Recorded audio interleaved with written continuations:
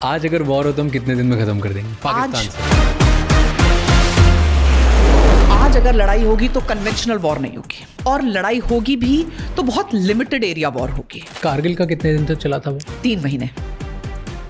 और मैं आपको एक चीज और बताती हूँ, ये जून जुलाई के ही 3 महीने थे when I was in my second trimester of pregnancy and I was there. तो आप जंग के मैदान में खड़े हैं विद अ प्रेग्नेंट बेली, आपके एक हाथ में आपकी कार्बाइन है, एक हाथ में मैंने अपने 2 साल का बच्चा पकड़ा है और मैं प्रेग्नेंट हूँ। समझ नहीं आती ना ये कहानियां? ये इंडियन आर्मी है। What is one thing जो वॉर के बारे में हम सिविलियंस को कभी नहीं पता चलेगा? There are such stories कि एक जवान का हाथ उड़ गया और उसने अपना हाथ यूं पकड़ लिया और तब तक पीछे वाले ने बोला कि टाइम क्या हुआ है, उसने बोला उसी हाथ पे खड़ी है। ऐसी फौज आप कहां से लाएंगे भाई? सिर्फ आप 3 शब्दों के लिए खड़े हो, नाम, नमक और निशान। थिंक कि हमें उनको कमजोर नहीं समझना चाहिए आज भी। पाकिस्तान के पास अपने सिटीजन्स को एंगेज रखने के लिए इसके अलावा और कुछ नहीं है कि वो इंडिया बैशिंग करें। बिहाइंड द सीन्स वॉर में क्या होता है? Higher headquarters decide the strategy and the tactics. Logistics का काम होता है कि हमारे पास जो भी स्पेशलाइज्ड इक्विपमेंट आ रहे हैं जो यहाँ पहले नहीं थे, उनके लिए केटर करना। हाई एल्टीट्यूड पे सोल्जर्स को चॉकलेट्स देते हैं। So chocolates are going to give them instant energy, क्योंकि हाई एल्टीट्यूड में क्या होता है, आपकी भूख मर जाती है। प्याज देखा है आपने? हाई एल्टीट्यूड में प्याज पत्थर की तरह। आपने किसी टेररिस्ट से एनकाउंटर किया up close?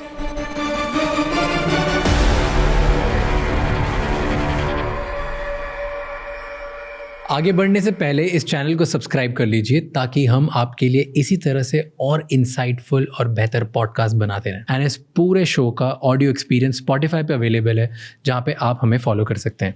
Enjoy the show.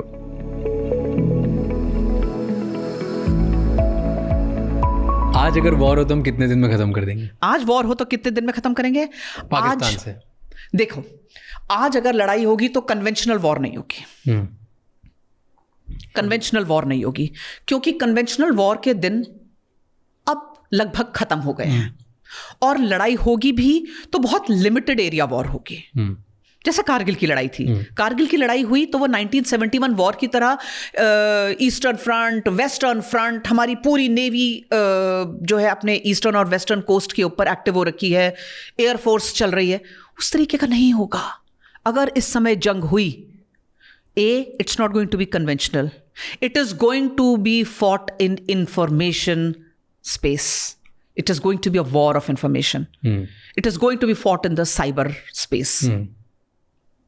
It is going to be a very limited war if actually it comes to that. And therefore, it is not going to be, engagement is not going to be long. लेकिन information की लड़ाई है तो चलेगी लंबी। लेकिन conventional war, face to face, eyeball to eyeball with the enemy, no, I don't think it is going to happen. Even if it is going to happen, it will not be long. Certainly it's not going to be 3-month long, because what we have learned from Kargil, it is huge. The lessons are huge. But फिर इतनी border पे अपनी force क्यों लगी हुई है जब इतनी फाइट्स होंगी? Can we choose our neighbors, Raj? No. हमारे नेबर का क्या हिस्ट्री है? पर अब तो नेबर इनसिग्निफिकेंट है। ये आपका मानना है। फौज कहती है दुश्मन को कभी कमजोर मत समझो। और यू थिंक कि हमें उनको कमजोर नहीं समझना चाहिए आज भी?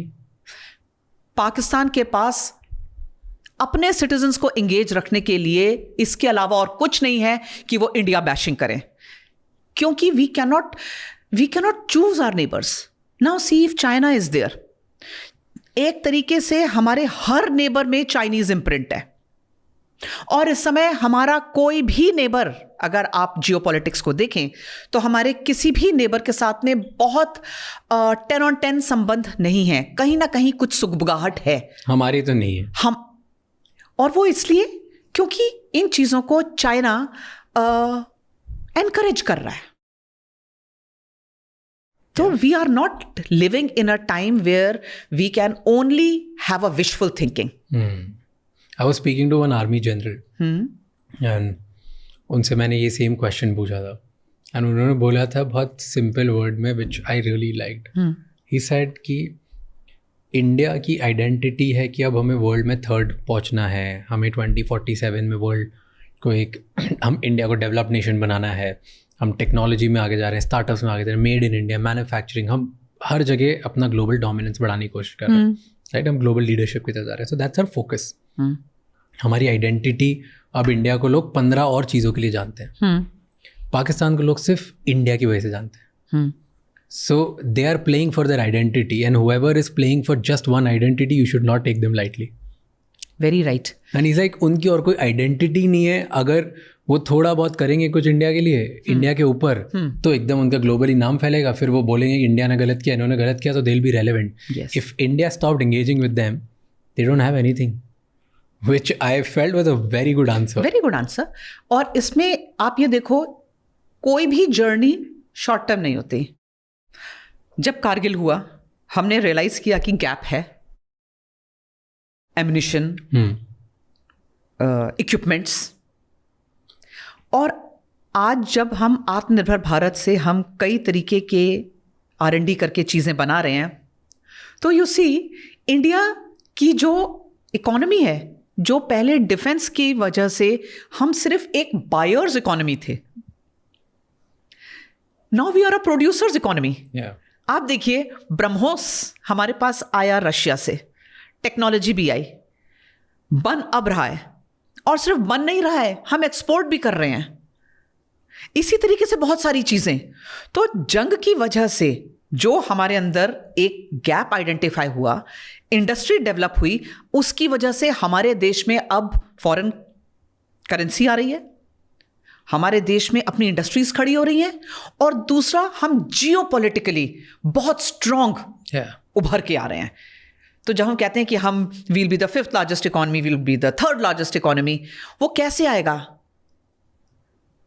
वैक्सीन डिप्लोमेसी, इक्विपमेंट डिप्लोमेसी, हम किस तरीके से, तेजस डिप्लोमेसी हम आज इंडिया में बनाएंगे, कल को हम दूसरी कंट्रीज के सामने रखेंगे.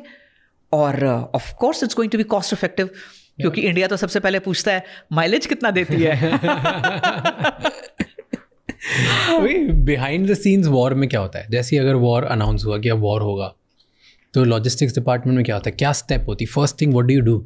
जब ये कहा गया कि वॉर शुरू हो गई, एक्चुअली वॉर तो उससे पहले शुरू हो चुकी थी.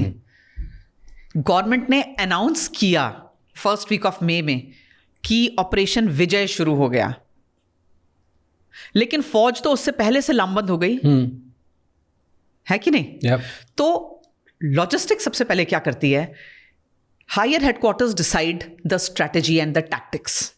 किस तरीके से ये लड़ाई लड़ी जाएगी, कौन कौन से इक्विपमेंट्स यहां आएंगे, किस तरीके की स्पेशलाइज्ड फोर्सेस यहां लगेंगी, कितनी लगेंगी, कब लगेंगी, और उस हिसाब से logistics is suppose to cater for the requirements.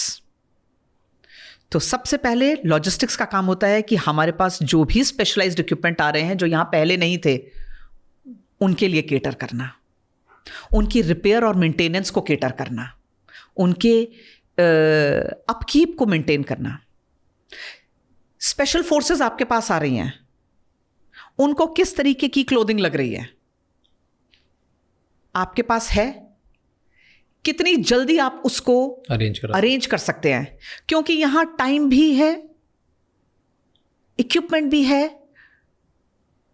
एक कहते हैं ना प्रीमियम, समय भी बहुत कम है, और कितनी जल्दी आप परफॉर्म करते हैं.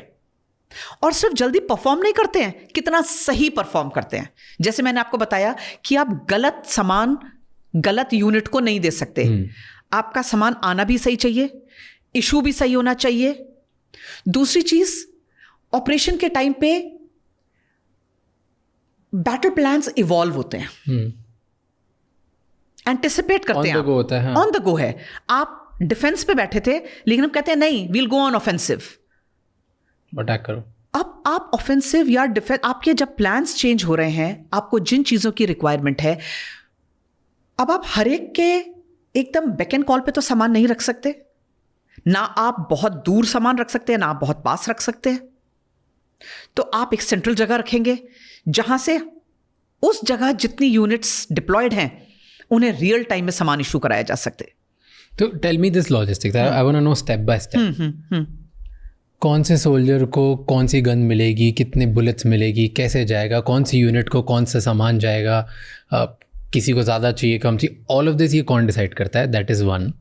सेकेंड इज़, अब जब सोल्जर फ्रंट लाइन पे लड़ रहा है, राइट, तो वहाँ पर आप जस्ट उनके पीछे तो रख नहीं सकते हो. तो कितनी दूर होता है वहाँ से सोल्जर जो फ्रंट लाइन पे लड़ रहा है वहाँ तक उनको रिफ्यूल या जो रीलोड होता है वो कैसे पहुँचता है, बार बार, और बुलेट्स कैसे पहुँच, like how all of this works. जब हमारे पास फॉर एग्जाम्पल ये लड़ाई का टाइम था, है ना, लड़ाई के टाइम पर यूनिट्स आ रही हैं, यूनिट्स अपना हथियार लेकर आ रही हैं, हथियार ला रही हैं, and they are bringing their first line ammunition. मतलब उस हथियार को चलाने के लिए उनको शुरुआत में कितना एम्यूनिशन चाहिए वो लेकर आ रही है. बुलेट्स जो भी चाहिए होती है वो लेके आते हैं. वो लेकर आ रही हैं. कितनी लेके आते हैं वो उसका एक फॉर्मूला डिसाइड होता है. एक फॉर्मूला डिसाइड होता है. इस फॉर्मूला के हिसाब से हर यूनिट को first line ammunition, second line ammunition, उसका वॉर इक्विपमेंट पे कितना रखा जाएगा, इस सब का एक फॉर्मूला होता है. तो शुरुआत के लिए वो अपना लेकर आती हैं, लेकिन उनको रिप्लेनिश करना है. किस फॉर्मूले से रिप्लेनिश करना है, this is all calculated by logistics. ठीक है. सो ये पूरा एक फॉर्मूला के साथ होता है, क्योंकि आप ऑन द गो नहीं कर सकते हैं. आपके पास एक रेजिमेंट नहीं है, आपके पास लाखों की संख्या में सोल्जर्स हैं. आपके पास कुछ ऐसी रेजिमेंट्स हैं जो वेव अपॉन वेव के अटैक्स लेके आगे जा रही हैं.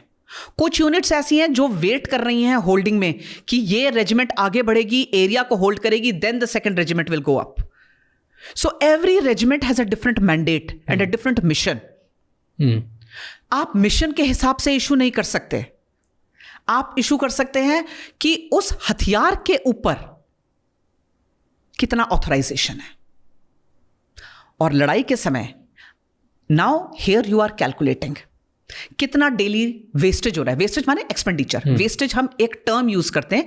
वेस्टेज माने इस्तेमाल, expenditure, expenditure of that money का एक्सपेंडिचर नहीं, बुलेट्स का expenditure, right. How many expanded bullets expanded कहते हैं. 1000 जा रही है, 5000 जा रही है, जो भी हो रहा है. अब ये चीज लेने के लिए units are not going to come to the base depot. Exactly. ठीक है.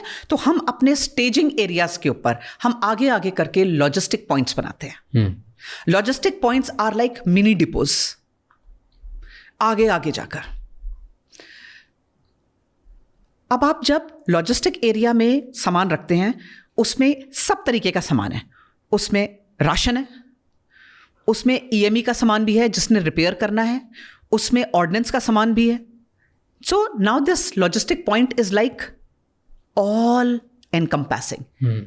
इसमें हर तरीके का सामान है, थोड़ा थोड़ा थोड़ा थोड़ा सब कुछ है, और उसको रिप्लेनिश कर रहे हैं हम पीछे से.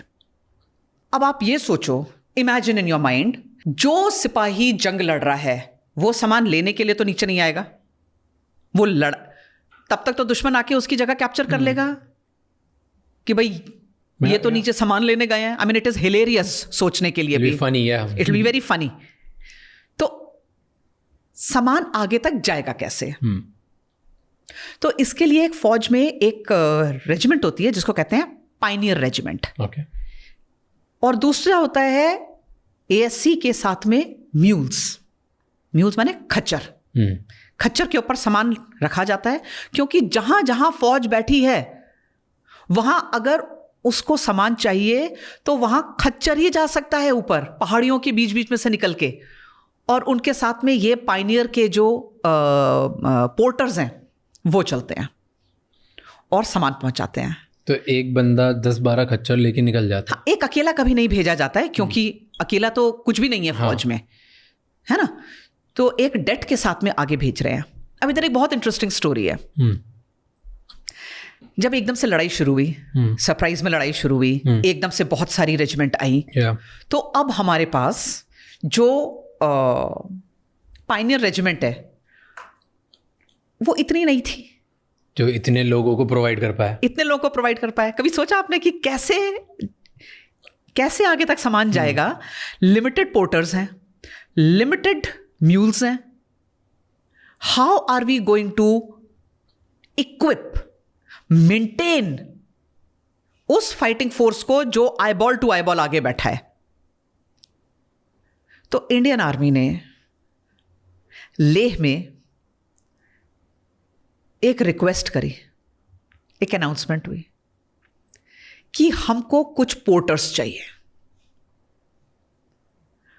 और अगर आपको लगता है कि आप आगे आएं और ज़रूरत की घड़ी में हमारा साथ दें तो we are thankful, Indian army will be thankful. तो हमें लग रहा था 30-40 लोग आएंगे। अगले दिन वहां 400 से ज़्यादा लद्दाखी यूथ खड़ा था कि हमको काम बताओ, हम आगे जाएंगे। कारगिल की लड़ाई लड़ी कैसे पाकिस्तान ने? बहुत ध्यान से सोचा हुआ था। जिस समय बर्फ पड़ी उस समय उन्होंने कारगिल, द्रास, तुर्तुक, मशको, ये पूरी जो बर्फ से भरी हुई पहाड़ियां थी, इनके ऊपर उन्होंने जो इंडिया की पोस्ट्स थी, जो विंटर वेकेटेड पोस्ट्स थी, जब विंटर में वहां बिल्कुल बर्फ हो जाती तो भारतीय सेना नीचे आ जाती है। जब थॉ होती है, बर्फ पिघलती है, बर्फ वापस आप जाते हैं और अपनी पोस्ट्स को ऑक्यूपाई करते हैं। उन्होंने उस बर्फ का फायदा उठाकर उन पोस्ट्स को ऑक्यूपाई कर लिया। थ्रू आउट विंटर सीजन वो फोर्टिफाई हो गए। ठीक, उन्होंने उन जगहों पे अपना कब्जा किया जहां वो नेशनल हाईवे 1 अल्फा के ऊपर नजर रख सकते थे। नेशनल हाईवे 1 अल्फा वो सड़क है जो कश्मीर को लद्दाख से जोड़ती है।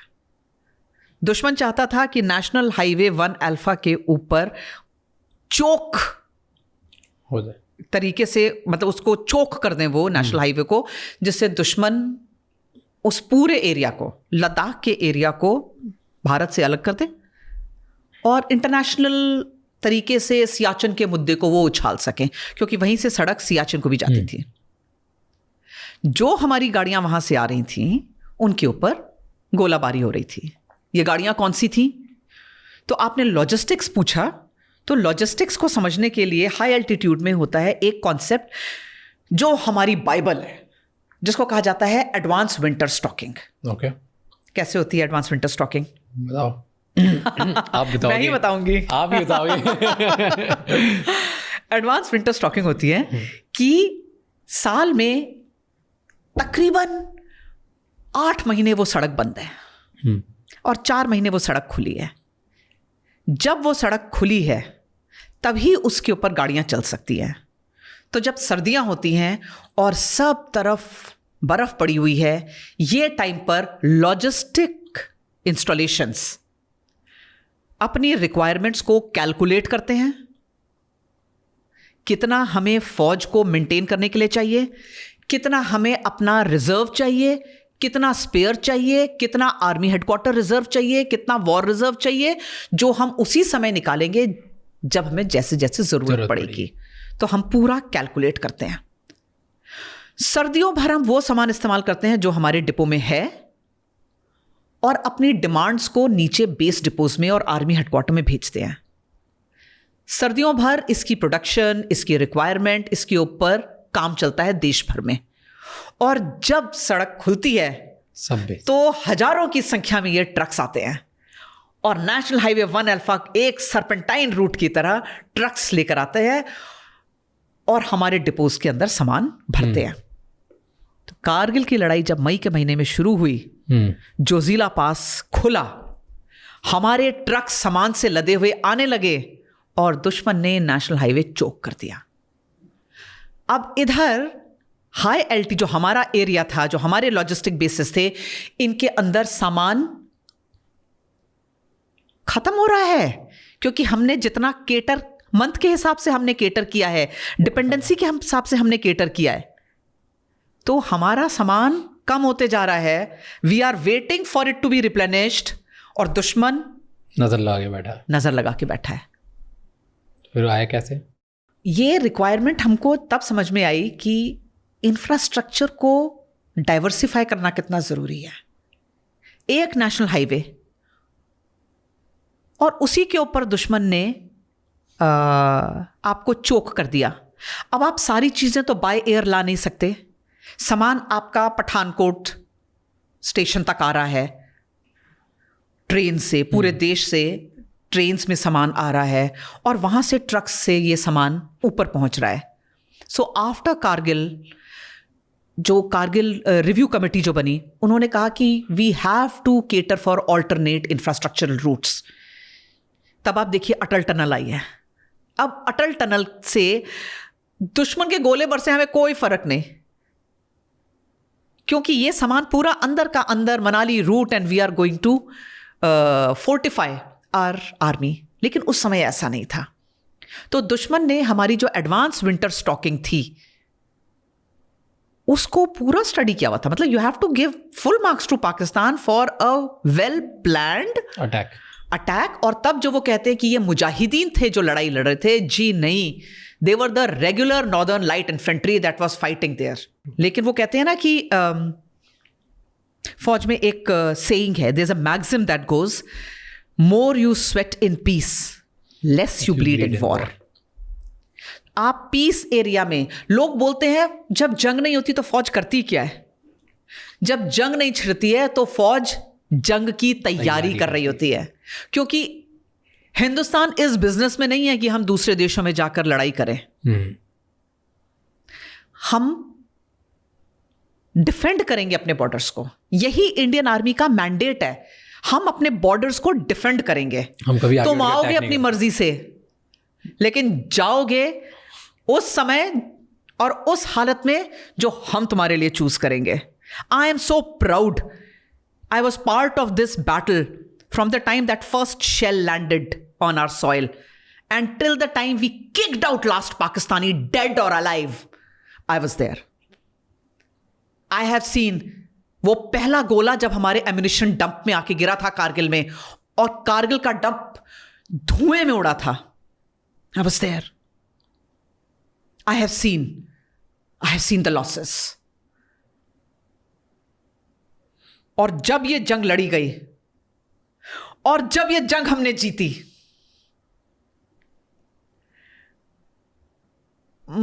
मैं आपको एक्सप्लेन नहीं कर सकती हूं वो शौर्य, वो गर्व. मेरे आज भी रोंगटे खड़े होते हैं जब मैं कारगिल विजय दिवस पे खड़ी होती हूं. कारगिल की 25वीं सालगिरह पे मैं एक महिंद्रा कार रैली का हिस्सा थी. इंसिडेंटली मैं और मेरे हस्बैंड, हम इंडियन आर्मी के ओनली कारगिल कपल हैं जो दोनों हस्बैंड वाइफ इस जंग का हिस्सा थे. और मैं और एक कदम आगे जाऊंगी, हमारी एक फैमिली है जो एक कारगिल फैमिली है, क्योंकि एक बच्चे के साथ मैं प्रेग्नेंट थी और एक मेरे साथ था. मैंने अपने कमांडिंग ऑफिसर से सिर्फ एक रिक्वेस्ट करी थी कि सर मुझे सिर्फ आप इतनी परमिशन दीजिए कि मैं अपने बच्चे को अपने साथ डिपो में ला सकूं. नहीं तो इंडियन आर्मी की कोई ये कवायद नहीं है कि आप अपने बच्चे को दफ्तर लेकर आएं. लेकिन आपने मूवीज में भी देखा होगा कि जब जंग छिड़ती है तो सब तरफ अंधेरा कर देते हैं, स्पेशली जैसे ही सनडाउन होता है, जिससे कि दुश्मन का अगर कोई जहाज आए, कोई एयरक्राफ्ट, फाइटर एयरक्राफ्ट आए तो उसे पता ना चले, तो वो नुकसान ना पहुंचाए. क्योंकि लॉजिस्टिक इंस्टॉलेशन हर एक के लिए एक बड़ा प्राइम टारगेट है. इंडियन आर्मी ने जब पाकिस्तान के मंटो ढालों के ऊपर हमारे फाइटर जेट्स ने जब बॉम्ब्स गिराए, लेजर गाइडेड प्रेसिशन बॉम्ब्स हमारे मिराज 2000s ने गिराए, दुश्मन की कमर उस दिन टूट गई. लेकिन हमें यह नहीं चाहिए था कि हमारे लॉजिस्टिक इंस्टॉलेशंस को कुछ हो. तो उसकी सेफ्टी, सिक्योरिटी, और पूरे कारगिल में उस समय लेह में, कारगिल में उस पूरी जगह इलेक्ट्रिसिटी नहीं थी, जनरेटर से लाइट आती थी. आज तो बहुत बदल गया. आज तो वो लेह है ही नहीं जो मैं अभी गई हूं 25वीं सालगिरह पे. वो लेह है ही नहीं जो लेह उस समय था.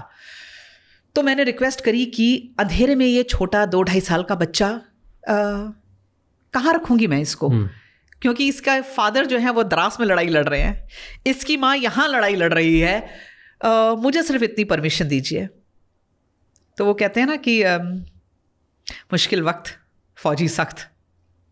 तो मेरे कमांडिंग ऑफिसर ने मुझे परमिशन दी. मैं बेटे को दफ्तर लेकर आई. आप इमेजिन करो, यूनिट का बीच में एक ओपन एरिया है जिसमें हमने पूरा सामान लेआउट किया हुआ है. यूनिट्स आई हैं जो अपना सामान किटअप हो रही हैं. कोई जैसलमेर से आ रही है, कोई नॉर्थ ईस्ट से आ रही है रेजिमेंट, पूरे इंडिया से आ रही है रेजिमेंट्स। कारगिल अपने लेह के एयरफील्ड में लैंड कर रही है, हमारी यूनिट में आ रही है, where we are kitting them up. और मेरा बेटा जो है वो उस पूरे सामान के बीच में दौड़ रहा है, छोटा सा है ना, और वो जवानों से बात कर रहा है, भैया आप लड़ाई में जा रहे हैं। छोटा सा बच्चा, हाँ, तोतली तोतली भाषा में, भैया आप लड़ाई में जा रहे हो। और मैं देख रही हूं कि कोई जवान उसके सिर पे यूं हाथ रख रहा है, कोई उसको यूं चिपटा रहा है अपने आप से, कोई उसकी गाल से हिला रहा है। And actually if you think of it in a larger term, Raj, वो बहुत सिंबॉलिक मोमेंट है। वो शायद उस बच्चे के माध्यम से जो अपने बच्चे घर पे है उनको बाय बोल रहे हैं कि पता नहीं जो मैं प्यार इसको कर रहा हूं वो शायद मैं अपने बच्चे को प्यार कर रहा हूं, जो आज मैं इसके सिर पे हाथ रखकर आशीर्वाद दे रहा हूं वो शायद मैं अपने बच्चे को आखिरी समय में देता।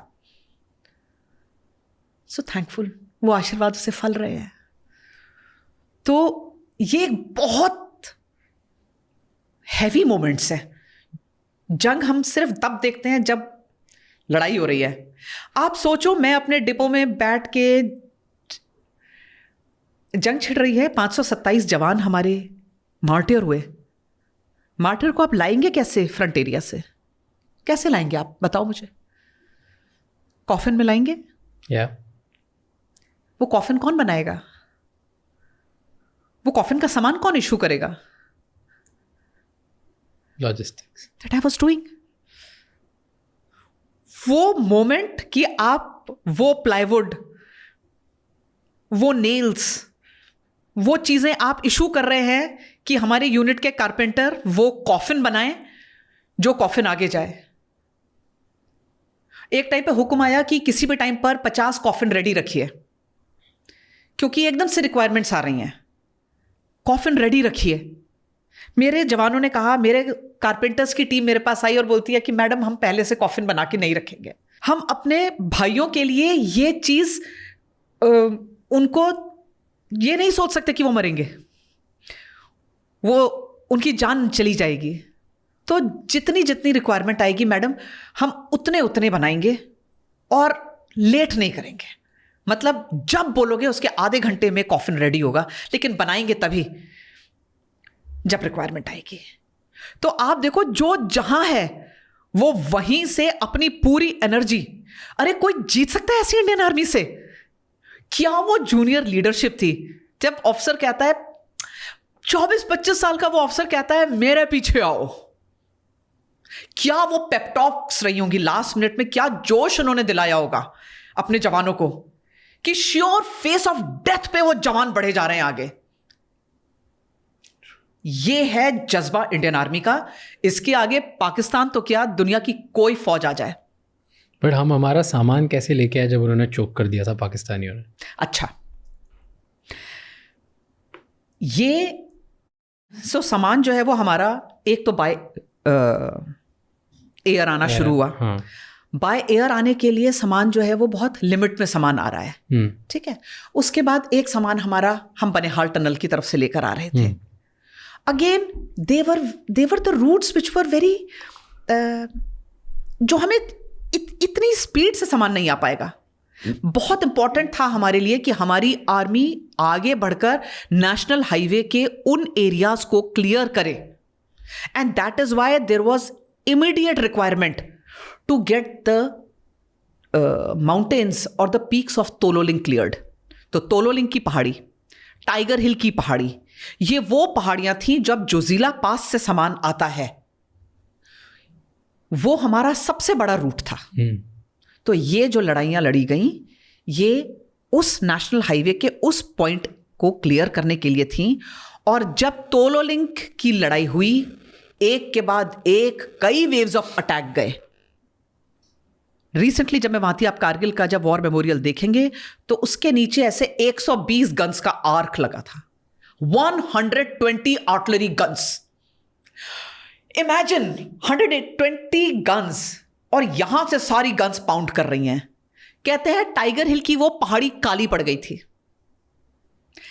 इन्फेंट्री के जवान आगे बढ़ते जा रहे हैं और आर्टिलरी की गन्स बहुत पहले रुक जाती हैं, लेकिन यहां पे ऑफिसर्स जो आगे जूनियर लीडरशिप बढ़ रही है, वो नीचे गन लोकेशन को आपको पता है क्या क्या इंफॉर्मेशन दे रहे हैं कि आप मेरी लोकेशन, मैं जो आपको लोकेशन दे रहा हूं अपनी, इस लोकेशन पे फायर करो, फायर ऑन माई हेड, मेरे सिर पे फायर करो, क्योंकि मैं दुश्मन के इतना नजदीक हूं कि मैं मरा कोई बात नहीं, दुश्मन मर जाए, दुश्मन मरना चाहिए। और हमारी आर्टिलरी गन्स ने वैसे फायर किया कि there was not even a single blue on blue. मतलब हमारे अपने जवान, हमारी अपनी आर्मी को नुकसान नहीं हुआ, दुश्मन नेस्तनाबूद हुआ। तो ये जो हमारे लॉजिस्टिक्स रूट था, जो ये हमारी आर्टरी थी, इसको क्लियर जब हुआ तो हमारे पास सामान आने लगा। एंड आफ्टर दैट ताश के पत्तों की तरह, क्योंकि लड़ाई ही पूरी उस लॉजिस्टिक एक्सेस की थी। अगर लॉजिस्टिक एक्सेस उनके हाथ में रहता तो हम ये जीत नहीं सकते थे। बट आते कैसे हैं वेपन्स? क्योंकि इनको तो बहुत गार्ड करना होता होगा, अगर पूरे इंडिया से कहीं ना कहीं से आ रहे हैं।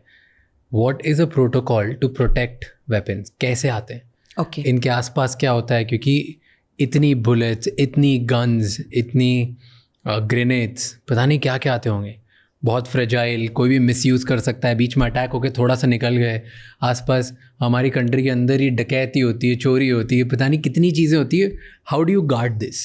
देखिए, जब सामान आता है तो ऐसा नहीं होता कि अकेला एक ट्रक आ रहा है, एक पूरी कॉन्वॉय चलती है।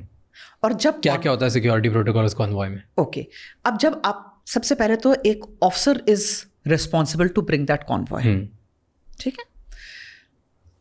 उसी से ही इसका एक लेवल रेज हो जाता है कि आपने उसको बिना किसी ऑफिसर सुपरविजन के नहीं छोड़ा है। मैं आपको जंग की बात नहीं बता रही हूँ, मैं आपको और उससे एक दूसरा इंसिडेंट बता रही हूँ। ये तब की बात है जब मैं ऑपरेशन राइनो में थी। नॉर्थ ईस्ट के जंगलों में जितने भी ऑपरेशंस इंडियन आर्मी चलाती है, एक बड़ा अम्ब्रेला ऑपरेशन उसको कहते हैं, ऑपरेशन राइनो। उस समय 1994 की बात मैं कर रही हूँ, तो ULFA was very very active. और हमारा जो बेस डिपो था, उसमें एक बेस डिपो से आगे तक के लिए AK-47 की ट्रेन आ रही थी पूरी। And I was a security officer for that, so I was in that train. So you can imagine, अब आप आ रहे हैं टेररिस्ट इन्फेस्टेड एरिया के अंदर एक ट्रेन फुल ऑफ AK-47s लेकर, जो एक बहुत प्राइम टारगेट है। तो अब वो पूरा जो रास्ता है, इंफॉर्मेशन, आप सारे वक्त आप कनेक्ट में हैं, आप कांटेक्ट में हैं, आपके साथ पूरे आर्म्ड गार्ड्स चल रहे हैं, और साथ ही साथ वो जो पूरा एरिया है वो कॉर्डन्ड है। उस पूरे रास्ते पे फौज लगी है, स्पेशली जहां से आप ब्रह्मपुत्रा क्रॉस करते हैं और आप असम के अंदर एंटर करते हैं। वो पूरा एरिया जो है heavily guarded by own security forces, police. और जिस दिन हम पहुंचे हैं गुवाहाटी के रेलवे स्टेशन पे और ये अनलोड हुई, ओवरनाइट वो हथियार की पेटियों पे पेटियां किस तरीके से हमने रिकॉर्ड टाइम पे वहां से निकाली और डिपो के अंदर सेफ जोन में पहुंचाई without a single mishap happening. तो क्या स्पेशल मेजर्स लेते हो जिससे protect? So there is lot of security protocol. A, it is not alone. B, it is not only on the local area formation. ये army headquarter और ये higher headquarters एक बहुत बड़ी व्हाट यू कॉल इट, एक बड़ी chain of command है, क्योंकि ये एक बहुत बड़ा मूवमेंट है।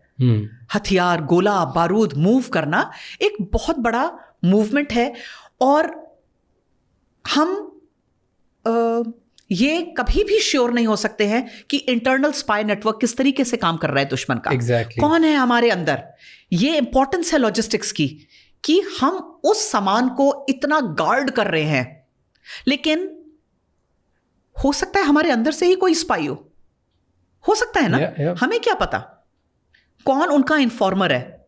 सो एक तो स्टैगर्ड टाइम के साथ चलता है, there is not a routine that is followed. अब आप मान लीजिए,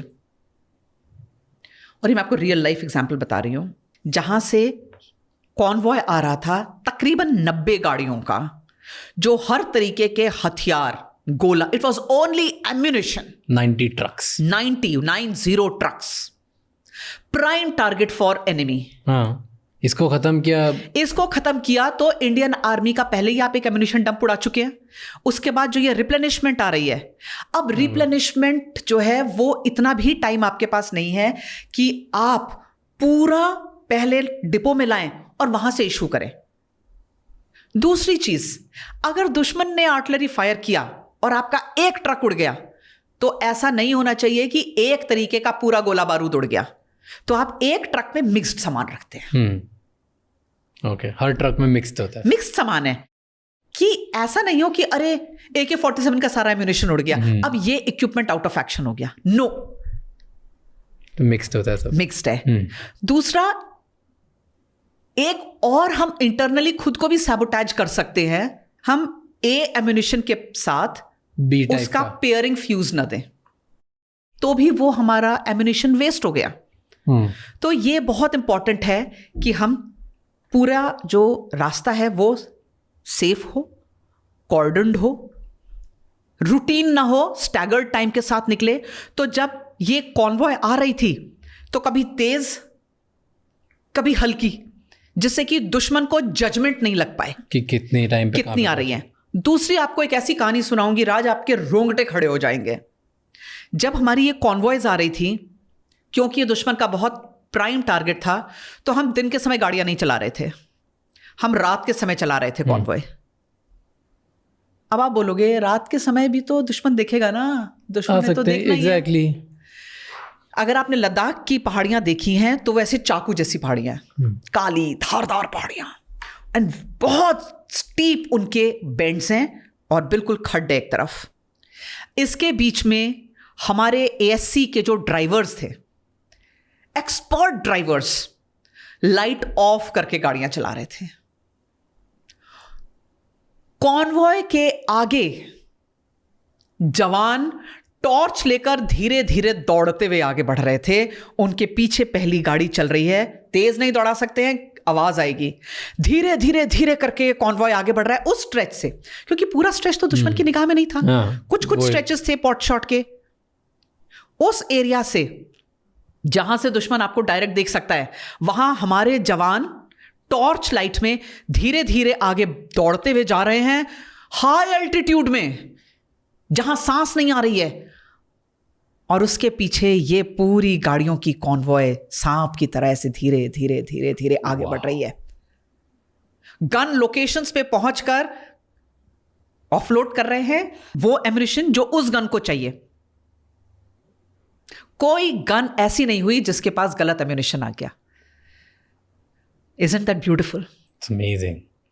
और लॉजिस्टिक्स की बात करना इसलिए जरूरी है क्योंकि सप्लाई चेन मैनेजमेंट के ऊपर जंगें जीती जाती हैं या जंगें हारी जाती हैं, क्योंकि लॉजिस्टिक्स नहीं है तो मोरल नहीं है.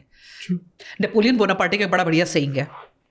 सो नेपोलियन बोनापार्ट कहते हैं किसी भी फौज को जीतने के लिए 3 फैक्टर्स चाहिए. पहला होना चाहिए size of the army. Numerical advantage है ना, कितनी बड़ी सेना है, न्यूमेरिकल एडवांटेज. जितनी बड़ी सेना है आप जीत सकते हैं. दूसरा फैक्टर है स्टेट ऑफ आर्ट इक्विपमेंट. जिस फौज के पास जितना स्टेट ऑफ आर्ट इक्विपमेंट होगा उसको उतनी टेक्नोलॉजिकली वो एडवांटेज है. True. But the third factor जो पहले दोनों को ओवरराइड करता है वो है मोरल ऑफ दैट आर्मी. अगर फौज का मोरल हाई है तो चाहे वो छोटी हो फौज, चाहे उसके पास इक्विपमेंट्स कम हो, वो फौज हमेशा जीतती है. जिसका एक बहुत एग्जाम्पल है बढ़िया, वियतनाम. क्लोजर हो शिवाजी, छत्रपति शिवाजी के जो गोरिल्ला वॉरफेयर थे, औरंगजेब की फौज को उन्होंने किस तरीके से हराया. तो मोरल ऑफ द आर्मी बहुत बड़ी चीज है. और मोरल को हाई रखने के लिए confident leadership, inspirational leadership and good logistics. जब लॉजिस्टिक्स की बात करते हैं तो एक ट्रक को गार्ड करने के लिए कितने सोल्जर्स होते हैं? Let's say you said a train full of, पूरी ट्रेन AK-47, तो कितने सोल्जर्स को गार्ड कर रहे होंगे? देखिए एट एनी गिवन पॉइंट, क्योंकि वो सबसे इंपॉर्टेंट होगा ना. ट्रेन को गार्ड, हाँ बिल्कुल, आपकी ट्रेन किसी ने रोक दी, आपके रेलवे ट्रैक के ऊपर किसी ने पत्थर डाल दिए, तो आप किस तरीके से उसको वो करेंगे? So you can easily take it that these are going to be the regiments who are given responsibility, जो टाइम पर चेंज हो रही हैं। अच्छा। क्योंकि आप 24/7 एक रिस्पॉन्सिबिलिटी आप तो शिफ्ट करते आते हैं, शिफ्ट करते जा रहे हैं ना। और वही चीज है, आप स्टैगर्ड टाइम के साथ आगे बढ़ रहे हैं, आप कोई रूटीन नहीं फॉलो कर रहे हैं। अगर आपको 2 दिन में पहुंचना है तो वो 2 दिन में आपको एक ग्रीन कॉरिडोर मिल रहा है। उस समय की बात और थी, आज की बात और है। और हम जब बात करते हैं कि किस तरीके से लॉजिस्टिक्स काम करती है, तो लॉजिस्टिक्स आइसोलेशन में कुछ भी नहीं करती, क्योंकि लॉजिस्टिक्स के अपने पास कोई फाइटिंग फोर्स नहीं है। Logistics is not a fighting force.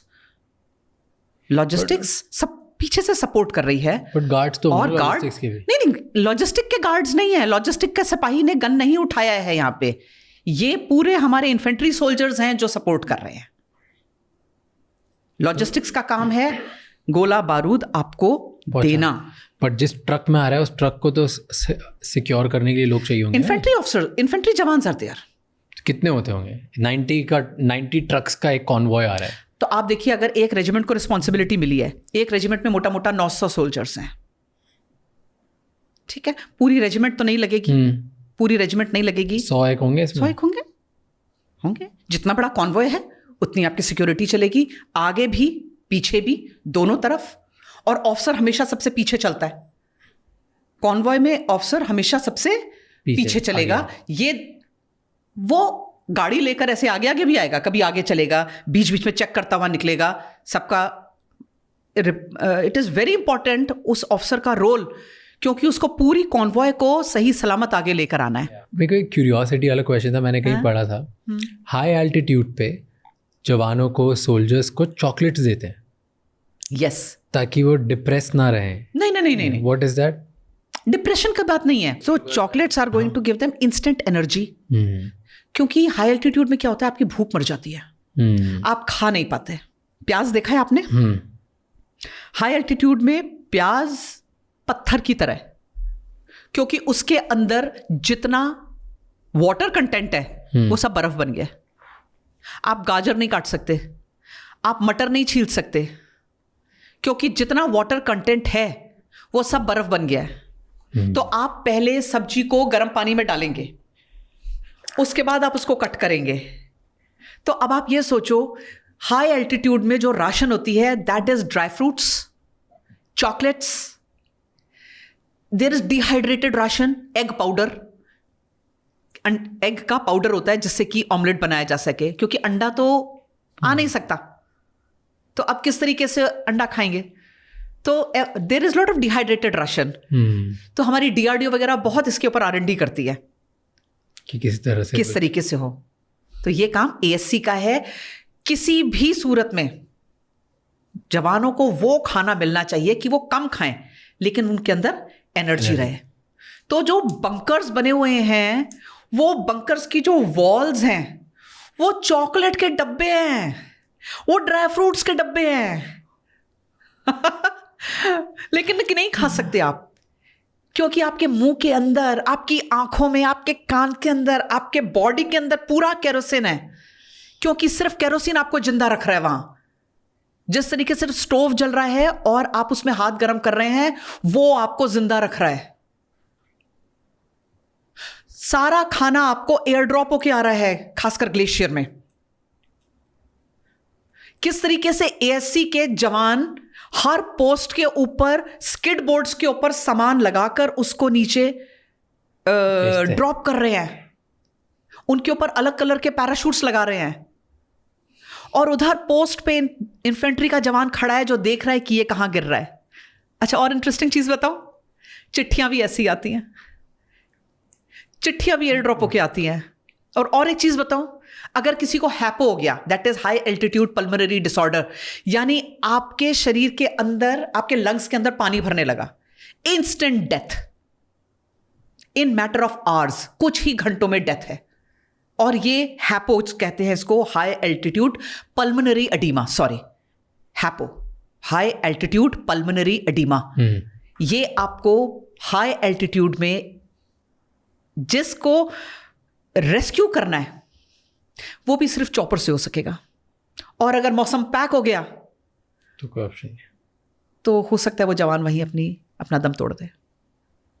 Usually high altitude में और वॉर के सीन में राइट एक गोल्डन आवर रूल होता है राइट, हाँ, कि जब बहुत ही ब्रूटली कोई इंजर हो जाए तो उस इंजरी के बाद गोल्डन आवर होता है कि 60 मिनट्स के अंदर अंदर किसी ना किसी तरह इनको मेडिकल का सपोर्ट पहुंच जाए बहुत ही जल्दी, तो उसमें बहुत इंपॉर्टेंट होता है राइट। तो how do you make sure कि वो उसी घंटे में किसी तरह उधर ब्लड पहुंच जाए या उनको लेके आ जाओ, या लाइक इसमें भी logistics you guys do something? इसकी अलग टीम होती है? इसकी अलग टीम है, क्योंकि logistics is not medical services.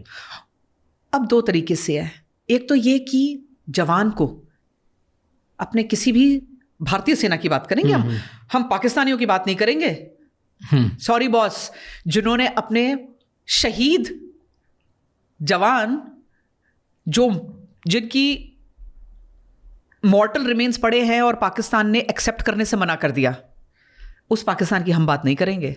हम इंडियन आर्मी की बात करेंगे जिसने उस दुश्मन सिपाही को भी सल्यूट किया और उसको एक फौजी तरीके से उसके लास्ट राइट्स किए उनके रिलीजन के हिसाब से, ये हमने किया। लेकिन ये उसकी बात नहीं करेंगे, हम इंडिया की बात करेंगे। अगर हमारा कोई जवान घायल हो जाए और अगर उसको नीचे रेस्क्यू किया जा सकता है, उसको नीचे लाया जा सकता है, तो जवान जो है वो उसको, जो एबल बॉडीड जवान है वो उसको लेकर नीचे तक आ रहे हैं। मान लीजिए किसी को गोली लग गई, मान लीजिए किसी का पैर माइन पे आ गया, अगर वो चल सकता है, लेकिन अगर वो एक लाइफ एंड डेथ सिचुएशन है तो उस टाइम पर इंडियन एयरफोर्स के जो हेलीकॉप्टर्स थे, खासकर जंग के टाइम पे, उन्होंने ये रेस्क्यू का काम किया। जो हमारे ये मेडिकल सर्विसेज इमीडिएटली पहुंचाने के लिए, इसको इंडियन एयरफोर्स का एक बहुत बड़ा रोल था उस समय। हमारे बहुत जवानों की जान इसलिए बची क्योंकि इंडियन एयरफोर्स ने ऑपरेशन सफ़ेद सागर के अंडर ये जो रेस्क्यू मिशंस शुरू किए और हमारे जवानों को वहाँ से निकाल के लेकर आए।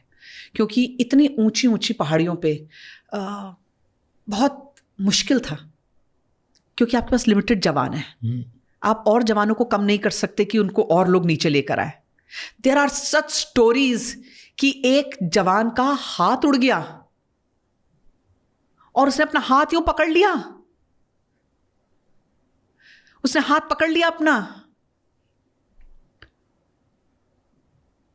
समझ नहीं आती ना ये कहानियां।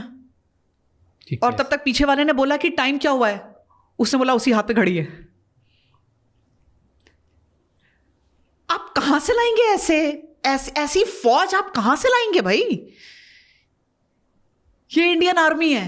एक दूसरी चीज बताती हूं आपको। इंडियन एयरफोर्स आई ऑपरेशन सफेद सागर, नाम दिया कारगिल की लड़ाई में। एयरफोर्स आई मई 25 को, नहीं सॉरी मई 25 को। ओके। इंडियन आर्मी का ऑपरेशन शुरू हो गया था मई 5 को। We were 21 days without air force, crucial time. और जब इंडियन एयरफोर्स आई भी तो कहा गया कि आप एलओसी क्रॉस नहीं करेंगे। तो अब आप ये सोचो कि यहां से फाइटर जेट आ रहा है, आसमान में तो कोई एलओसी नहीं लगी, एलओसी पे जाके 90 डिग्री कैसे टर्न करेंगे?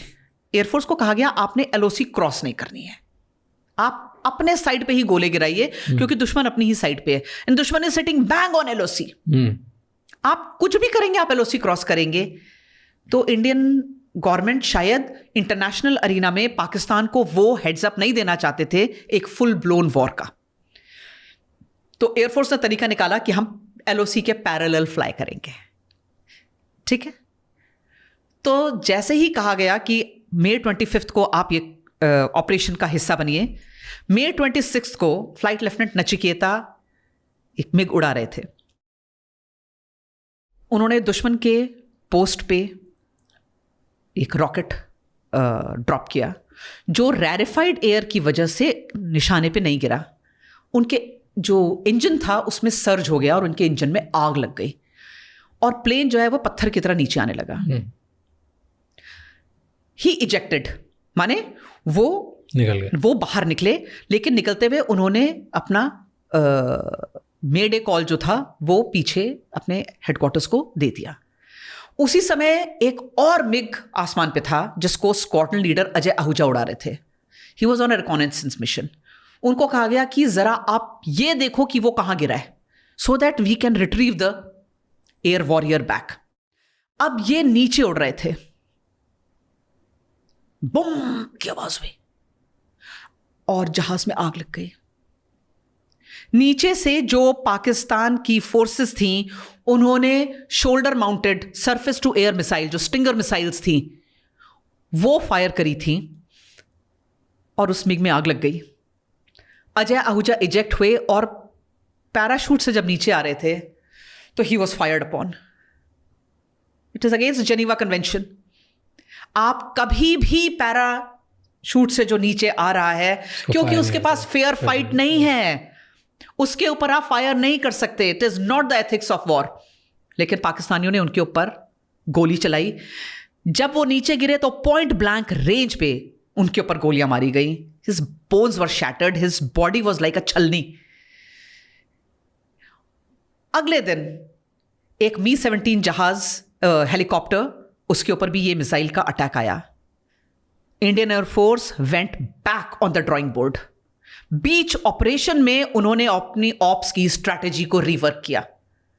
तो अगर इंडियन एयरफोर्स जंग के बीच में स्ट्रैटेजी रिवर्क कर सकती है तो आप और हम किस झाड़ की पत्ती हैं?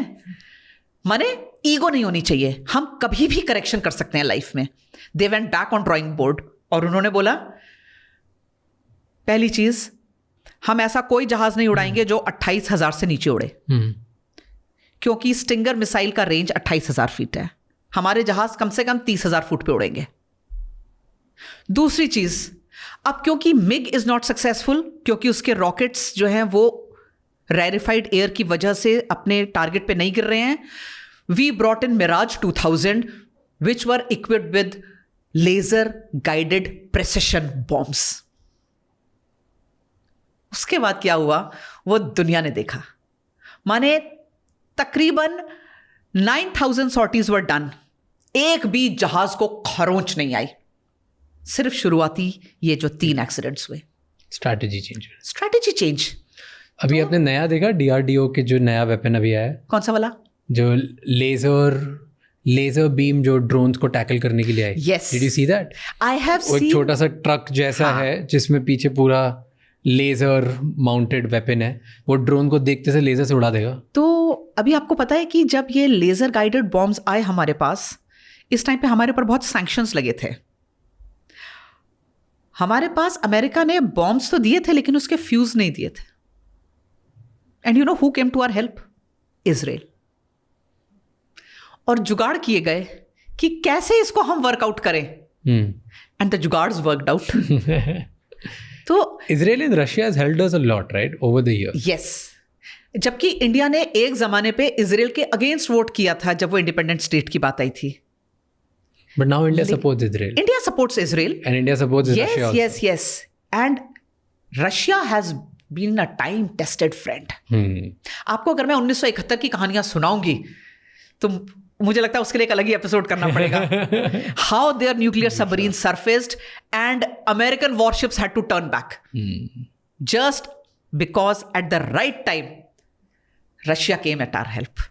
तो ये 2 बड़े time-tested friends हैं और हमें अपने फ्रेंड्स को एकदम नज़दीक रखना चाहिए। What is one thing जो वॉर के बारे में हम सिविलियंस को कभी नहीं पता चलेगा, या कौन सी ऐसी चीज़ें जो मूवीज़ में देख के एक्सपीरियंस नहीं कर सकते, and something that you can see in the war, क्योंकि आप वहाँ पे रह चुके हो? Because I was reading about it that you can read about war, आप देख सकते हो, उसके बारे में पढ़ सकते हो, आप कहानियाँ सुन सकते हो, पर जो वहाँ पे होता है ना, that person can smell the war.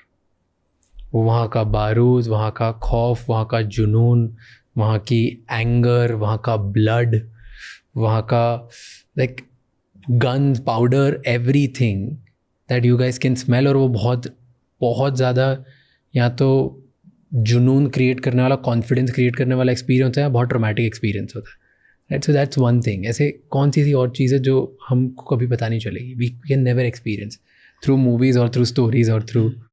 कभी आपने खून स्मेल किया है? नहीं. कभी आपने वो डीजल स्मेल किया है? जब ऐसे आर्टिलरी गन्स ऐसे मूव करती जा रही हैं, तो the big weapon systems when they are there, वो गुस्सा, वो पेन, सिर्फ आप 3 शब्दों के लिए खड़े हो, 3 शब्दों के लिए, और वो है ड्यूटी, ऑनर, करेज, जिसको अगर हम हिंदी में बोलें नाम, नमक और निशान. कारगिल का कितने दिन तक चला था वो? 3 महीने. 3 महीने. हमको 3 महीने लगे उनको प्रॉपरली सरेंडर कराने में, हराने में. जुलाई. और मैं आपको एक चीज और बताती हूँ, ये जून जुलाई के ही 3 महीने थे when I was in my second trimester of pregnancy and I was there. Wow. तो आप जंग के मैदान में खड़े हैं विद अ प्रेग्नेंट बेली, और जब आप चल के आते हैं, आप सिर्फ इमेजिन करो राज, आपके एक हाथ में आपकी कार्बाइन है, एक हाथ में मैंने अपने 2 साल का बच्चा पकड़ा है, और मैं प्रेग्नेंट हूँ. तो वो समय ऐसा था जब मेरी पोस्टिंग हुई हाई एल्टीट्यूड पे. I was the first lady officer जिसको हाई एल्टीट्यूड और एक्सट्रीम कोल्ड क्लाइमेट की पोस्टिंग मिली. 1997 की बात है. तो जब मैं पहुंची तो फौज के कुछ बड़े प्रैक्टिसेस होती हैं कि आप पहुंचे हैं, आप कमांडिंग ऑफिसर के ऑफिस में जाते हैं और आप सैल्यूट करके आप रिपोर्ट हुए हैं. So you are meeting the CEO for the first time. My commanding officer did not meet me the whole day. मुझे अभी भी याद है, बर्फ पड़ रही थी बाहर, अंधेरा हो रखा था. मैं सुबह 8 बजे ऑफिस पहुंची हूँ, जो ऑफिस का टाइम था, और शाम के 6 बज गए. मैं अपने कमांडिंग ऑफिसर के दफ्तर के बाहर बैठी हुई थी. उन्होंने मुझे अंदर नहीं बुलाया. क्यों? शाम को जब घर जाने की बात होने लगी और फिर से मैसेज गया कि मैडम हैं जो बाहर बैठी हैं, ये सर उनको बुलाओ. मुझे ऐसा लगता है जैसे आज भी वो दिन अभी ही हुआ है जैसे. तो उन्होंने ऐसे मेरी तरफ देखा, मैं अंदर गई, जबरदस्त थम, जोश होता है ना एकदम, थम, salute. And I said, Lieutenant Yashika Hatwal Tyagi sir. And he just looked at me. उन्होंने ऐसे चश्मे नीचे किए. He looked me full in the face and said, we never wanted you here. उस समय मुझे नहीं पता था कि मैं आर्मी हेडक्वार्टर का एक्सपेरिमेंट हूं. पहली लेडी ऑफिसर लॉजिस्टिक्स विंग की हाई एल्टीट्यूड में, जहां तक नजर जाए कोई लेडी ऑफिसर नहीं. और फिर जब कारगिल की लड़ाई शुरू हुई, तो उस समय मेरा 2 साल का टेन्योर पूरा हो रहा था. और वहां पर टेन्योर 24 मंथ्स का होता है. मतलब हम वहां साल में भी नहीं गिनते हैं टेन्योर, हम मंथ में गिनते हैं हाई एल्टीट्यूड में.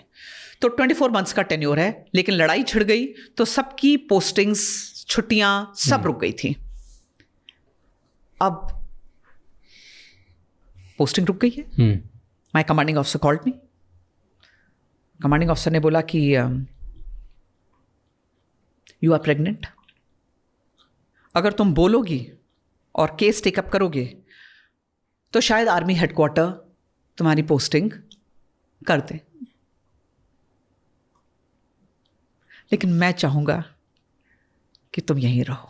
और आपको पता है, हाई एल्टीट्यूड की प्रेगनेंसी मजाक नहीं है.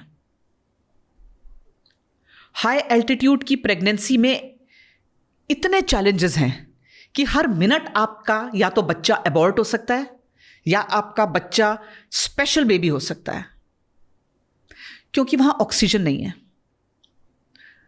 अगर आपकी नॉर्मल प्रेगनेंसी है तो भी चलते हुए आपको कई बार ब्रेथलेसनेस होती है, और वहां तो आप ये मानो जैसे कोविड टाइम पे आपने देखा था कि लोगों को सांस नहीं आ रही है, वहां आम दिन में भी वैसा ही रहता है. प्लेन्स में कहते हैं कि आप आयरन रिच डाइट खाइए, खजूर खाइए, पालक खाइए। हाई एल्टीट्यूड में कहते हैं कि आप ये कुछ मत खाइए, क्योंकि उसको पचाने के लिए, उस बॉडी को उसे प्रोसेस करने के लिए आपको ऑक्सीजन चाहिए to convert it into haemoglobin, और वहाँ है नहीं। तो या तो आप बच्चे को सेल्फ अबॉर्ट कर देंगे, या आपका बच्चा मानसिक तौर पे बीमार पैदा होगा। 7 दिन बिना घर गए, बिना कपड़े बदले वहीं खड़ी थी यूनिट के अंदर। जहाज पे जहाज भर के आ रहे थे फौजी यूनिट्स को लेकर, देश के हर कोने से। लेह के एयरफील्ड पे लैंड कर रहे थे, वहां से सीधे वो हमारी यूनिट में आ रहे थे, जहां हम उनको हथियार, गोला बारूद, स्पेशल क्लोथिंग, गाड़ियों की बैटरीज, मतलब जो सामान चाहिए सब दे। We were ready. और आप ये सोचिए लॉजिस्टिक्स का काम कितना इंटरेस्टिंग है। आपके पास मान लीजिए आ रही है राजपुताना राइफल, ठीक है, इमेजिन करिए क्या लोग होते हैं वो 6-6 फीट ऊंचे, और आपने गलती से सामान निकाला है गोरखा रेजिमेंट के लिए, जिनके 5 नंबर साइज के जूते हैं। तो आपने जूते तो इशू कर दिए, स्पेशल क्लोथिंग तो इशू कर दी, लेकिन वो उनके काम की नहीं है। तो दुश्मन से वो बाद में लड़ेंगे, पहले मौसम उन्हें मार देगा। True. तो हर इंसान को सही चीज इशू करना, हर हथियार को सही एम्यूनिशन देना। अब बड़ी बड़ी गन्स होती हैं, उनका एम्यूनिशन होता है और उनका फ्यूज होता है, ठीक है। दोनों चीज सही होनी चाहिए। गलत एम्यूनिशन को गलत फ्यूज दे दिया तो उसके पास वो एम्यूनिशन रखा है लेकिन वो उसे यूज नहीं कर पा रहा। उस टाइम पे तो टेक्नोलॉजी भी नहीं होगी, सब हाथ से करना होता होगा। यस, सब कुछ हाथ से इशू हो रहा है। मतलब मुझे अभी भी याद है वो अकाउंट कार्ड्स जिस पे हम इशू करते थे, एक लाल लाइन लग गई उन अकाउंट कार्ड्स पे और उसके नीचे लग गया वॉर अकाउंटिंग। अब जंग के तौर पे सामान इशू हो रहा है। नॉट ओनली दिस, मैं अपनी यूनिट से, लेह से, I was going on a very regular basis Kargil, Dras, Mushkoh, क्योंकि जगह जगह हमने लॉजिस्टिक पॉइंट्स एस्टैब्लिश कर रखे थे। वहां जाकर फर्स्ट हैंड इंफॉर्मेशन लेके आनी है। अब मैंने आपको बताया मेरे पास 2 साल का बच्चा था। बच्चे को तो मैं नहीं लेके जा सकती फ्रंट पे, बच्चा कहां छोड़ूंगी। क्या किया? हमारे ऑर्डिनेंस डिपो में लद्दाखी लेबरर्स थी, लद्दाखी औरतें, और लद्दाखी औरतों ने कहा मैडम चिंता नहीं करो, बच्चा हम देखेंगे, आप जाओ। These are the stories. और कभी 1 दिन, कभी 2 दिन आप वहां खड़े हो जहां बोफोर्स की guns they are pounding and you are listening to that and you say I have shoot that, ये गोला मैंने इशू किया है। तो काम सही हुआ तो लॉजिस्टिक्स को कोई याद नहीं करता, लेकिन अगर गलती हो गई तो लॉजिस्टिक्स ही सामने। वो कहते हैं ना कि फौजी तब तक लड़ाई लड़ सकता है जब तक उसके बंदूक में गोली है और उसके पेट में रोटी है। Here's my last question to you. Yes, bring it on. आपने किसी टेररिस्ट से एनकाउंटर किया है अप क्लोज? मैंने वो गोलियां दी हैं जिससे टेररिस्ट मारे गए हैं। That we know now. That was my role as an ordnance That's officer. the most important role. Yes. तो जो जहां है जंग में उसका रोल वही है, और हर एक का रोल मैटर करता है। चाहे वो एक डॉक्टर है फौज का, चाहे वो एक इंजीनियर है फौज का, चाहे वो गाड़ी रिपेयर करने वाला है, चाहे वो ड्राइवर है, चाहे वो लास्ट सोल्जर है जो आईबॉल टू आईबॉल कांटेक्ट में है एनिमी के साथ। जिसका जो रोल है वो अपना रोल बखूबी से निभाए, तभी पूरी फौज की जीत होती है। एज लॉजिस्टिक्स ऑफिसर मैंने कभी कोई मिलिटेंट नहीं मारा है, क्योंकि ये मेरे सर्विस का मैंडेट नहीं था। मेरा मैंडेट था वो गोली देना, हथियार को रेडी रखना, कि हथियार अगर रिपेयर मांग रहा है तो उसकी जो रिपेयर का चीज है वो उस समय वहां मौजूद होना चाहिए। और वो गोली देना जो यहाँ जाके लगेगी उसे। And I will also leave you with a last and final word from my side. ये एक फौजी की तरफ से एक फाइनल लेसन है. Always choose harder right over easier wrong. And never let your wishbone grow where a backbone should be. Nice. Very powerful words. This is philosophy of life. आपके जीवन में हमेशा आपके पास दो रास्ते आएंगे. एक होगा आसान रास्ता जो शायद अनएथिकल हो. एक आएगा कठिन रास्ता लेकिन अनडिनायबली राइट. आपको भगवान उतनी ताकत दे कि आप जीवन के हर पड़ाव पे कठिन रास्ता चुने जो सही हो. And keep that warrior alive inside you always. Perfect. Thank you so much. Thank It was you. pleasure having you. एक बार मेरे साथ जय हिंद बोलिए. आप बोलो. मैं जय हिंद. जय हिंद. जय Hind. Hi Raj. So glad to meet you. Pleasure meeting you. Please आना please. कैसे हो आप? Thank you. आपने ना एकदम ऐसे नब्ज पकड़ी है. You are a very effective listener, let me tell you. आप सुनते बहुत अच्छे से हैं और आपको पता है exactly, आप समझते हैं. That is I think आपकी सक्सेस का राज यही है. थैंक यू सो मच ये एपिसोड एंड तक देखने के लिए.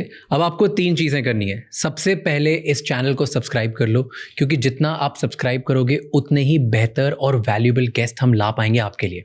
नंबर 2, मुझे कमेंट्स में बताओ इस एपिसोड में आपको क्या अच्छा लगा और क्या गंदा लगा, ताकि हम वो मिस्टेक्स रिपीट ना कर पाए.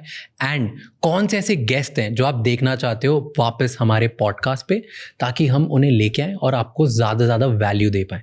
एंड नंबर 3, ये एपिसोड किसी एक इंसान के साथ ज़रूर शेयर करना, क्योंकि one conversation can change someone's life. I'll see you next time. Until then, keep figuring out.